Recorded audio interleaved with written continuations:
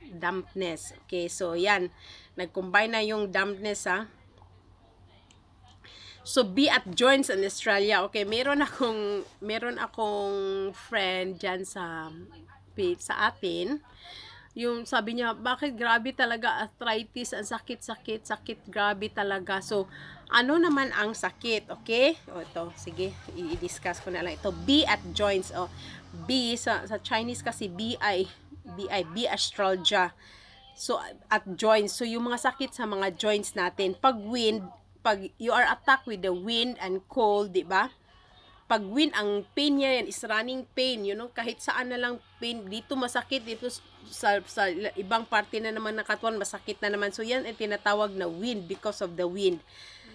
Tapos, cold. Ano naman ang sign na you are attacked with a cold pathogen? Pathogen is the something that can cause illness or problem in our body, okay? Pag cold naman, strong ang pain. Very strong. Pag masyado kang ina-attack ka ng lamig, for example sa shoulder, very strong ang pain. Hindi siya naglipat-lipat ng kung saan ang sakit niya. So strong, isang location lang siya. Tapos pag maglagay ka ng init, padding, di ba? Very hot. So mawala yung sakit ng area kasi nga cold ang area. You are attacked by cold, lamig doon. Dampness. So, ano naman ang sign pag ang katawan mo ay sobrang dampness? It's heavy pain and tired. Okay? Heavy pain. Heavy yung katawan mo, para kang tinatakpan ng basang towel sa ulo. My body is so heavy.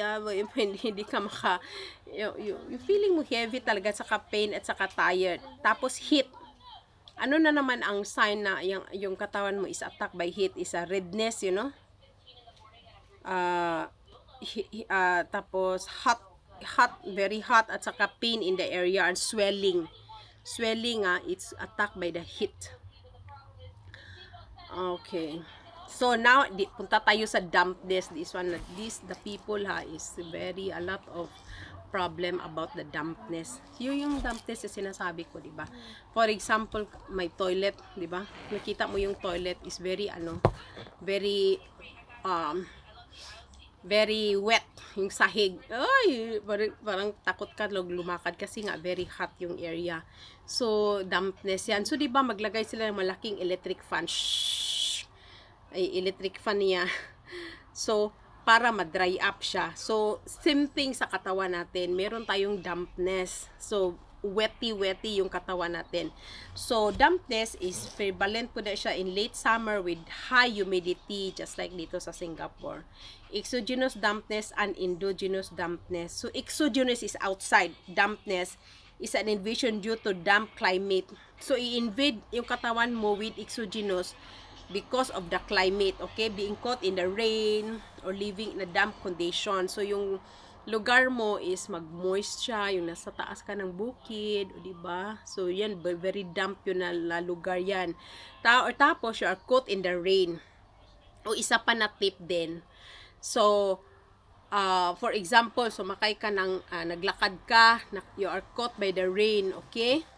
So, one thing na makakatch ka ng cold is dito. Tinatawag namin ditong paiho. Acupoints yan, paiho. So, kaya kailangan mo magpayong para hindi mapunta yung dito, yung rain. So, or magpayong ka, or magkalo ka, di ba? Or, tapos, kuminsan dito din sa skin natin. So, pag ma-attack tayo ng dampness because of the caught in the rain, so mag-cause yan ng flu, runny nose, o diba? So meron din siyang endogenous dampness. So meron ding dampness which is from the inside of your body. It's the state yan. So nandito na. So spleen, nandito na spleen. Ang water dampness or endogenous dampness, so yung katawan mo, siya na mismo ang mag-produce ng dampness. Bakit? Water dampness accumulates internally. So, yung katawan para na siyang nagtubig-tubig na siya doon sa ilalim. Bakit? Because, kasi yung spleen mo ay hindi niya failure of the spleen of transformation. Ang spleen kasi, ang work kasi sa spleen is for transformation and transportation. I-transform niya yung fluid, you know. Tapos gawin niyang i-distribute, tapos i-distribute niya sa katawan, i-transform, and then transportation. Siya yung okay, release, di ba? So yan ang trabaho ng spleen. So kung ang spleen mo is very weak, so it's not doing well, then it will lead to dampness and chi deficiency. So you need to take care of your spleen, guys. Hindi basta-basta nakain ka lang ng kain, 'di ba? Because the spleen and the stomach they are related to each other like a mother and child. So isa pa, another tip. Pinapawisan ako. So another tip about the spleen and the stomach. Yung ang health ng tao, it mag-depends yan sa kondisyon ng spleen and stomach mo. Kasi ang spleen, meron siyang spleen na organ at meron ding spleen na system. Yung spleen system start from the mouth to your esophagus, to your stomach, to your large intestine, to your small intestine, to your anus. Okay? So yung spleen system mo is weak. Kahit it all start, ang mga chronic illnesses mag-start talaga yan sa stomach and the spleen. So mga pinagkakain mo, di ba? Wrong diet, hindi tama yung mga pinagkakain mo, oily food, fried food. Tapos kumain ka na masyadong marami, eat all you can, you know, kain ng marami. Tapos kung minsan naman out of time naman, kung minsan naman hindi ka kumakain sa tamang oras, di ba? Kung minsan kumakain ng kunti-kunti, minsan eat all you can. So yung spleen system mo at saka yung stomach mo, mag-ano siya, para siyang confused ba, ano ba to? Tapos pag ang katawan kasi natin, meron siyang time na dapat tayo kumakain, di ba? 7 to 9 breakfast, di ba? Dati akala ko lang 11 to 1 is the lunch, but actually 1 to 3 is also good for the lunch. Tapos pag dinner is 6 to 8, ganun, di ba? So wag nating i-abuse yung katawan natin, guys, kasi everything will come back to us. So tapos, for example, isa pa sa pagkain, since I discuss about the spleen system, so dapat kakainin natin is based on our body constitution. Di ba sinabi ko kanina, dryness, dampness, di ba, cold.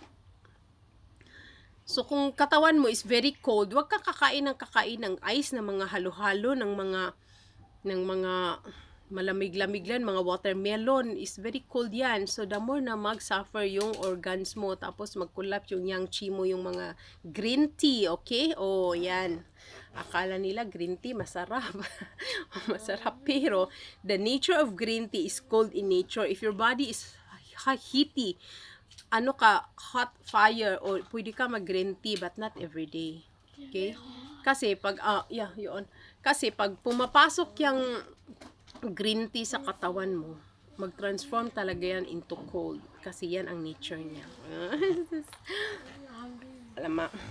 So, ano pa? Okay. Ink pathogen.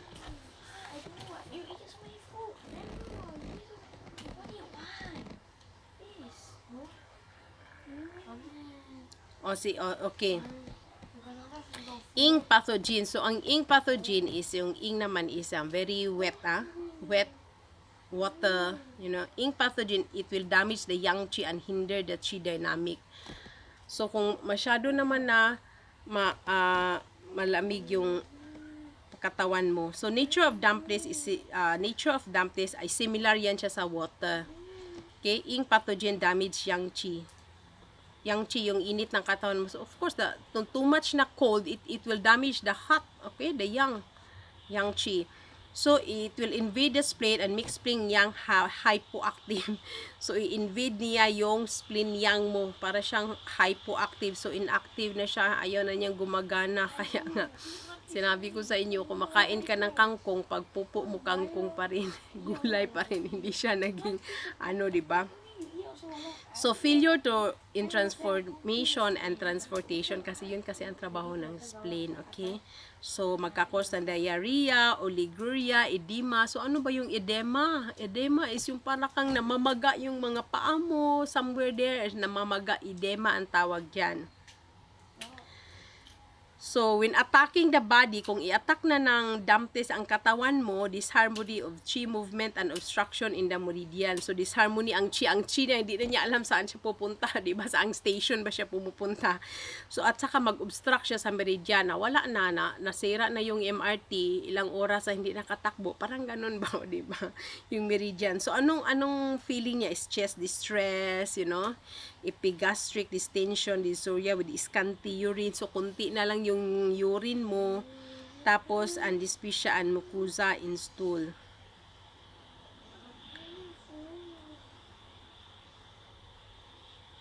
So, sa below eyes, kung below eyes, tingnan mo yung below sa eyes, ha. Dito, ha. Pag swollen yan, spleen, sign yan na yung spleen mo is not good. Okay? Ito, pag masyado yung swollen. Tapos, pag dark eyes yan, you know, sabi niya dito is very dark. Tawag niyan is dark eyes, not enough sleep. So, yung kidney mo is not in good shape because you have a dark eyes. So, tapos, heaviness. So, ano naman ang feeling pag you are attacked with dampness sa katawan mo? Ang tawag diyan is heaviness, turbidity, sinking downward. So, turbidity is dirty. Kung tingnan natin yan is marumi. So, pag basa-basa ang sahig sa toilet, diba? Para siyang napakadumi, diba? So, sinking downward. Heavy sensation in the head, you know? Parang, bakit ba yung ulo ko? Bigat-bigat, oh. Tapos, lassitude, very tired, aching, and limbs feeling heavy. So, yung mga paa at saka mga kamay mo is sobrang bigat. Parang hindi mo ma-move. Very tired. So, tapos, yung turbidity din, yung dampness din is a filthy and foul discharges of secretion. So, yung pupo mo is very smelly. Mabaho, and then yung mga secretions mo, yung dami mong secretions, dirty. Dirty complexion with hyposecretion in the eyes. So, dirty yung complexion mo sa skin mo is not so smooth, you know, your skin. It's not very nice pag your skin is not so good. So, your skin is not so good. So, makita mo yan sa skin, you know. Tapos, dark complexion, hypersecretion in the eyes. So, dito, diba? Tapos, bloody stools, yung pupo mo merong blood. Turbid urine, yung urine mo is very smelly, yellowish, massive leukorrhea in female. So, sa babae, meron siyang mga lumalabas na mga whitish na ano sa vagina ng babae, tapos very smelly. Tapos, eczema with filthy purulent fluid. So, mga eczema, di ba? Mga kati-kati lumalabas sa skin mo, di ba? Eczema. So, yun ang cause ng dampness din. Sinking downward. Yeah, stool with blood. Mostly, sinking downward, parang sa baba ba. Mostly appear in lower part of the body. Leukorrhea, stranguria with turbid urine and diarrhea. Okay, so now, ang ano ko is about the dryness. Dryness is, pag 4 seasons kasi yung place mo is, meron siyang, winter, summer, di ba? Autumn, at saka, ano ba yung isa? Winter, summer, autumn. At saka so dryness is prevalent in autumn. So climate autumn is dry and atmosphere is lacking in moisture, so dryness disease. So ang disease naman yan is dryness, di ba? Dryness invades in body mostly via mouth and the nose. So ang dryness, it invade niya yung mouth at saka nose, attack the lung. Warm dryness and cold dryness. So may dalawang type ng dryness, is warm dryness and cold dryness. So, sa early autumn, summer heat, maglingers yung summer heat. Tapos, dryness combines with warm heat, warm dryness disease.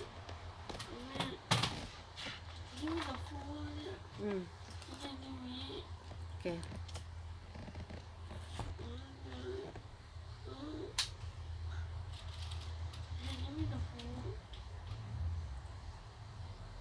So, ang nature and pathogen of dryness. So, ang young pathogen characterized by aridity. So, ang i-attack pala ng na dryness is yung young pathogen. Is a young pathogen prone to impair the lungs. So, ang lungs ang i-attack niya.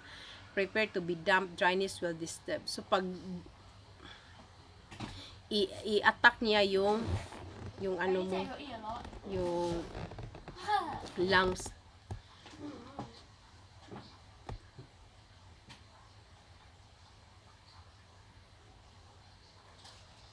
Okay, so ano naman ang signs ng dryness that you have a dryness in your body? So exogenous exogenous pathogen i-attack niya yan is i-consume body fluid. So i-consume niya yung body fluid mo. So kasi yung katawan natin kailangan natin ng body fluid, di ba? So ang various symptoms niyan is mouth and nose, dry mouth and nose. So very dry yung mouth at saka nose, tapos very thirsty, dry, rough, and chapped skin. Tingnan mo yung skin, para siyang kaliskis. O, yan, parang kaliskis yung skin. O, yan is dryness yan. Dryness. Tapos, dry hair. The hair niya very dry. Okay? Tapos, scanty urine and constipation. Hindi makapupo 1 day, 2 days, you know. So, scanty urine. So, mag-urinate siya, mag-ihi ba, very little ganon. So ang mangyari nito is ang dryness, it can impair the lung.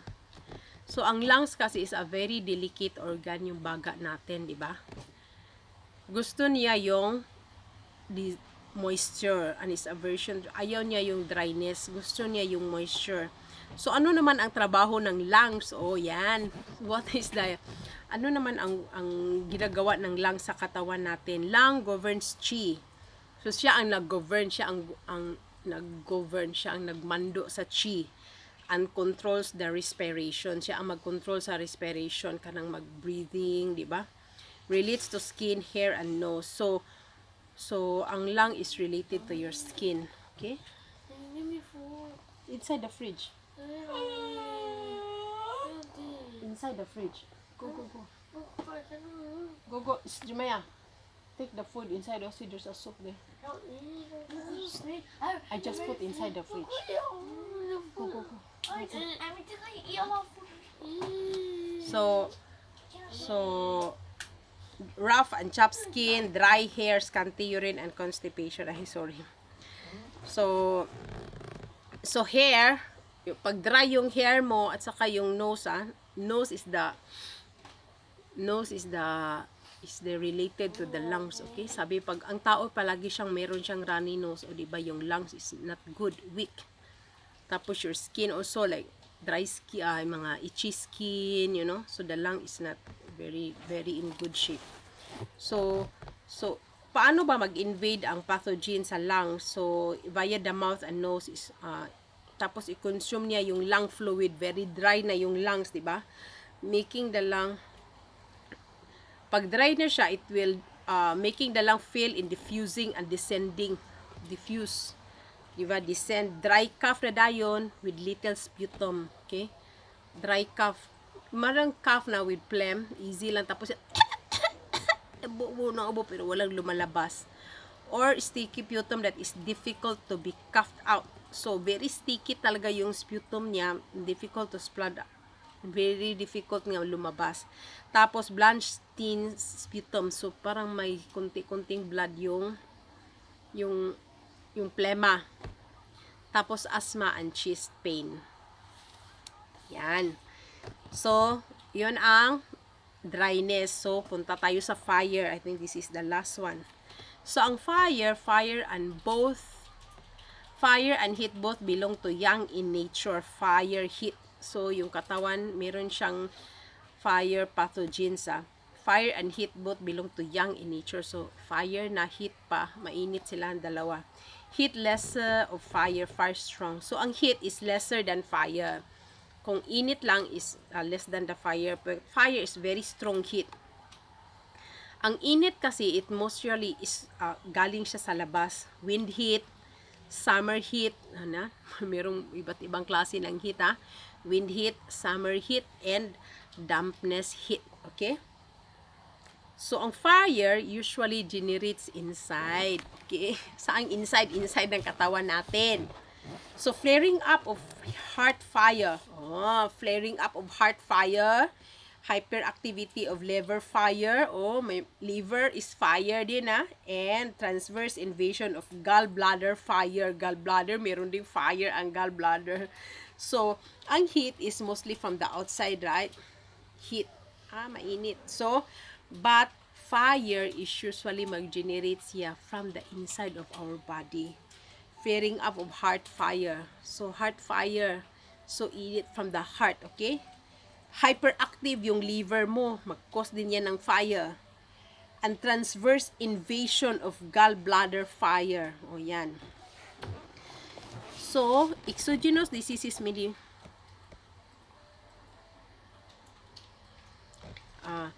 ang exogenous is originate siya from direct invasion. So, i-invade ka from the outside. So yun ang exogenous warm heat pathogen. Pero, ang endogenous disease, ma-develop na siya from hyperactivity of yang qi. Yung inside mo, you are very heaty inside. Diba? Very hot yung katawan mo, para kang nagbabaga sa loob. So, disturbance of visceral yin and yang and qi and blood. So ma-disturb ang visceral yin. Viscera gani is, muna sa gitawag sa Chinese, og tang and fu. Visceral. Nandyan yung liver. Ang tang kasi, ang tang, Z-A-N-G. Tang is yung halo, yung solid na organ. Okay? Solid na organ, just like a spleen, heart, lungs, kidney, and liver. So, yan ang tinatawag na tang in the Chinese, in traditional Chinese medicine. And the fu, yan ang hollow organ. Hollow. Gallbladder, bladder, large intestine, small intestine, and stomach. O, yan. So, yan na sa Chinese tinatawag na yan na fu. So, viscera is the organs. Okay? So, ang endogenous disease of fire is hyperactive of yang qi due to disturbance of visceral yin and yang and qi and blood. Yan. So, invade siya ng wind, cold, summer heat, dampness, dryness, or emotional stimulation may all give rise to fire under certain conditions. So, pumapasok na naman yung emotions. Okay? So, meron na siyang mga dryness dyan. Tapos, ma-aggravate pa siya sa emotional stimulation. Galit ka. Okay. Pag galit ka, ang liver fire, very shock talaga yan sa head. Talaga yan. Diretso talaga yan yung liver fire. Galing sa liver yan. Anger. The emotion of the liver is anger. So, 5 climatic pathogen, mag-generate siya ng fire. Yung sinasabi ko sa kanina na. Tapos, ang 5 emotional pathogen generate fire also. 5 emotional pathogens. Okay. So, ano naman ang yung pathogen, mag-characterize siya sa burning heat. You feel very hot. And then, yang is characterized by restlessness and upward going. Fire heat burns and leaps up. So, invasion by fire, ano naman ang mayayari sa katawan mo pag i-invade ka ng fire? High fever, aversion to heat, fidgets, thirsty, sweating, surging, and rapid pulse. Okay? So, tapos, flaring up, mag-flaring up ka. Tapos, symptoms in the upper part of the body. Ang symptoms ng fire is in the upper part of the body. Usually, the head and the face. Yung headache, you know. So, goes upward and disturb the heart spirit. So, ang fire, goes up siya. It will disturb the heart and spirit. So, insomnia, mania, even coma, and delirium. Delirium.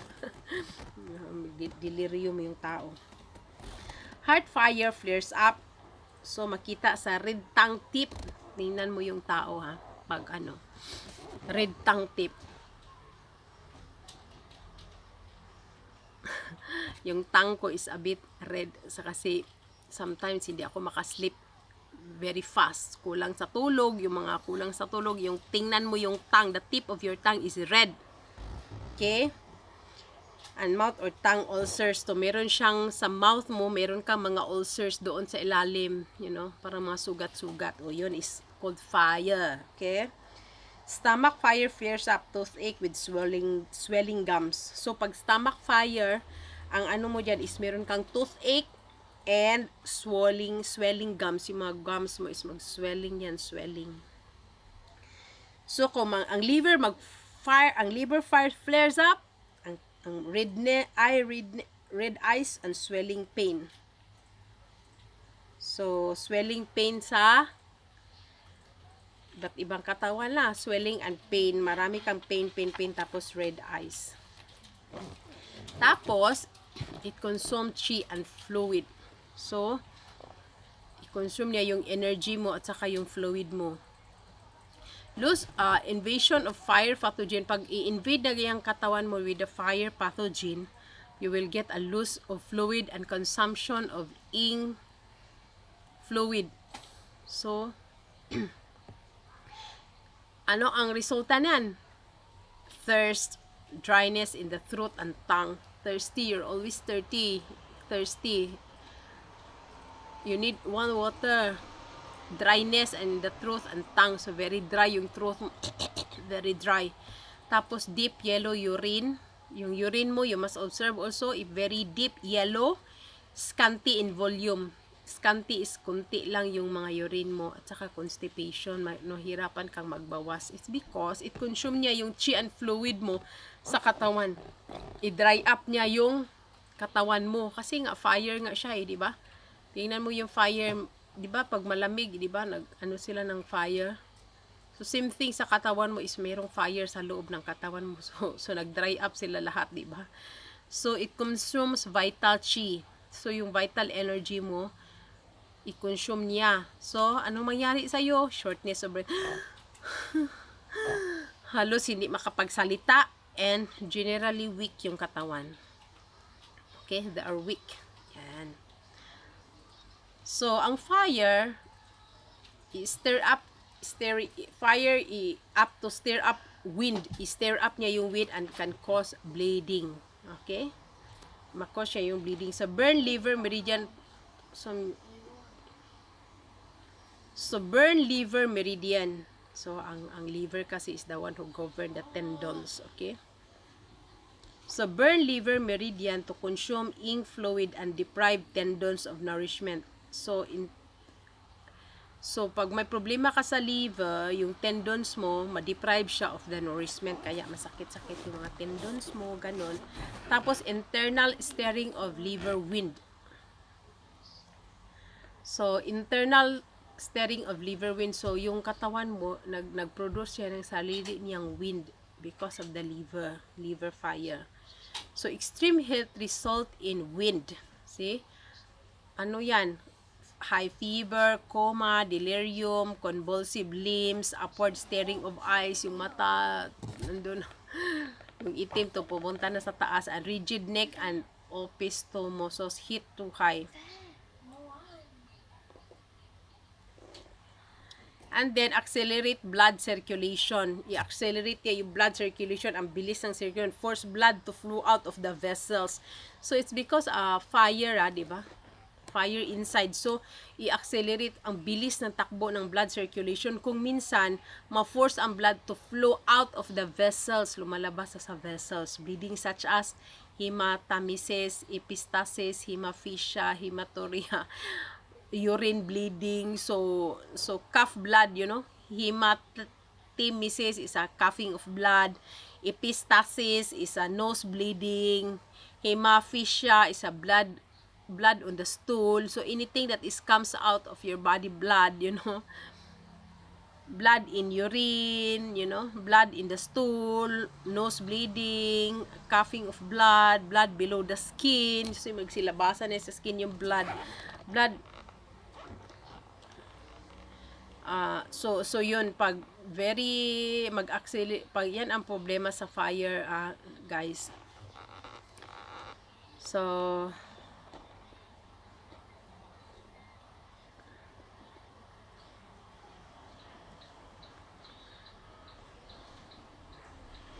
So, likely to cause pyogenic infection. So, may invade niya yung blood mo, it accumulate in a local area. So, mag-corrode yung muscle and putrefy blood, carbuncles and abscesses. So, may mga carbuncles. Alam mo ba yung mga hubag-hubag?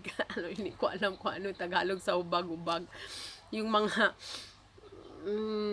abscess, diba? Parang mountain na yung ano ba, yung skin mo, tapos ang sakit-sakit yan, parang magnana siya ba, yun. So, redness, swelling, hotness, and pain, even pyogenesis and ulceration. So, fire, it corresponds siya with the heart, and heart governs blood. So, ang heart, di ba, ang lung is governs chi, ang heart is governs the blood, and houses the spirit. Okay? Blood heat and bleeding. So, pag mag-cause siya ng blood heat at cause ang bleeding, so ang resulta niyan is restlessness, frigids, delirium, mania, and mag-coma na yung tao. So far, dami ko nang pinagsasabi. Ang layo-layo na ng ano. Meron pa pala. Nakalimutan ko. So, ano pala yung sign na yung tao is dampness, yung katawan niya, very damp. Tingnan mo yung ano niya, yung tongue. Sa akin is dampness. Tingnan mo the side of the tongue, meron siyang teeth mark,